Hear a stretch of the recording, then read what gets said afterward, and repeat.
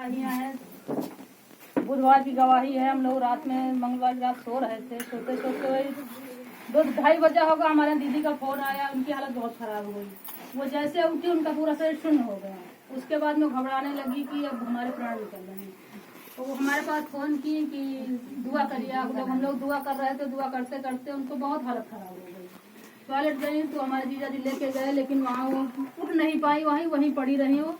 उसके बाद में फिर धीरे मेरे रोने लगे, कहने बिटिया जल्दी आप लोग सब लोग बच्चे को लेके आ जाओ, क्योंकि अब हमको नहीं लगता कि सही होंगे। हमने कहा परमेश्वर पे भरोसा रखो, रोना नहीं आप रोगे तो और उनकी परिस्थिति खराब होगी, क्योंकि हम लोग रो करके कुछ भी नहीं कर सकते, परमेश्वर से दुआ करके सब कुछ पा सकते हैं। तो हमने बच्चों को उनके फ़ोन किया। हम सब लोग यहाँ से जब निकलने लगे, फिर एक बार हमने फ़ोन किया। हमने कहा दीदी ठीक हो? रोने लगे, कहेंगे बाबू जल्दी आ जाओ, हम बस देख ले सबको खाली। उसके बाद में हम लोग यहाँ से गए। बाबू पड़ा तो काफ़ी दूर पड़ जाता, 35-40 किलोमीटर पड़ जाता है हमारे यहाँ से। तो हम दुआ करते जाते परमेश्वर हम लोग तो बहुत देर में पहुँचेंगे, तो सबसे पहले पहुँचेगा और हम लोग जैसे जाएँ वहाँ उसको बिल्कुल भला चंगा कर देना। हम लोग जहाँ तो ऐसी कोई परिस्थिति ना आने पाए कि हम लोगों को उसको उठाना पड़े, क्योंकि वो भी तरीकों की खरीदी हुई बेटी हैं। और परमेश्वर उनको अपना जो हाथ बढ़ा और छू और चंगाई दे। छोटे भैया भाभी को फ़ोन किया, वो लोग भी आए सब लोग। जब वहाँ हम लोग गए तो खैर उनको थोड़ा शांति मिली थी। और एक तरफ भैया हमारे पकड़े बैठे, भाभी पकड़े बैठी थी। भाभी मेरी दुआ कर रही थी और छोटे भैया हमारे बैठे रो रही थी दीदी को पकड़े। और जब हम लोग पहुँचे, दुआ किया, जब देखे तो और उनको घबराहट होने लगी। हमने कहा परेशान ना हो, परमेश्वर तुम्हारे साथ है, तुम्हें कुछ भी नहीं होने वाला है।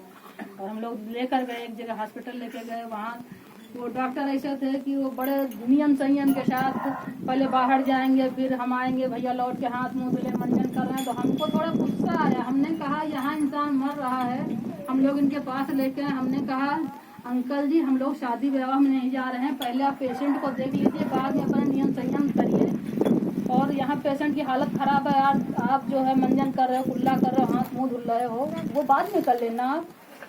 फिर भी नहीं सुने तो भैया हमारे यहाँ बोले चुप रहो। हमने कहा परमेश्वर तू सबसे बड़ा है, ये डॉक्टर क्या कर सकते हैं? तू डॉक्टरों का डॉक्टर है, वैद्यों का वैद्य है, तू तो सब कुछ करने वाला है। उनको आराम मिला। फिर एक खुराक दवा दिए और दवा दे के हम लोग चले आए। आराम मिल गया उनको। फिर आए घर आए, उनको चाय नाश्ता कराया, खाना पीना कराया। उसके बाद में फिर उनकी हालत दोबारा में गड़बड़ हो गई। बच्चों ने कहा चलो कॉलेज में सिखा देते हैं। वहाँ ले गए, सरकारी हॉस्पिटल ले गए, वहाँ भी दवा किया गया, वहाँ से आराम मिल गया। हम फिर वहीं खाना पीना बना खिला कर उनको अपनी हालत पहुँच गई। हमने कहा अभी स्वस्थ हो गई, अब हमें कोई ज़रूरत नहीं है। तो जैसे है घर पहुँचे तैसे फिर उनकी हालत बिगड़ गई। बच्चों ने फ़ोन किया, मौसी अम्मा करके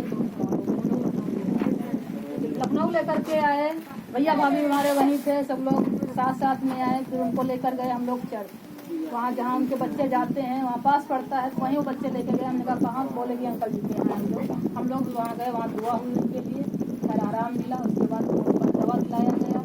काफ़ी दिक्कतें थी, उनको पता नहीं क्या था, बेहोशी हो जाती थी, हाथ पैर शून्य हो जाते थे। ये कहती थी कि मेरा जान निकल रहा है। 2 दिन ऐसा रहा, मेरे साथ में रही। हम अपने घर पे रखे। हमने कहा इनको इंजेक्शन की ज़रूरत होगी, किसी चीज़ से हम लोग हैं, ऐसे हम लोग को रात में भागना पड़ता, साथ में रहेंगे तो हम लोगों को आराम रहेगा। उनको 2-3 दिन रखे। उसके बाद में परसों रात में उनके बेटा यहाँ से गया और घर जैसे पहुँचने के बाद उसकी इतनी हालत ख़राब हो गई, वहाँ पहुँचते पहुँचते पेट में दर्द बोलता रहा। उसके बाद में इतनी हालत ख़राब, 11 बजे दूसरे बेटे को देखना पड़ा। वो 12 बजे वहाँ पहुँचा, जाके उसको लेके तत्काल घर आया।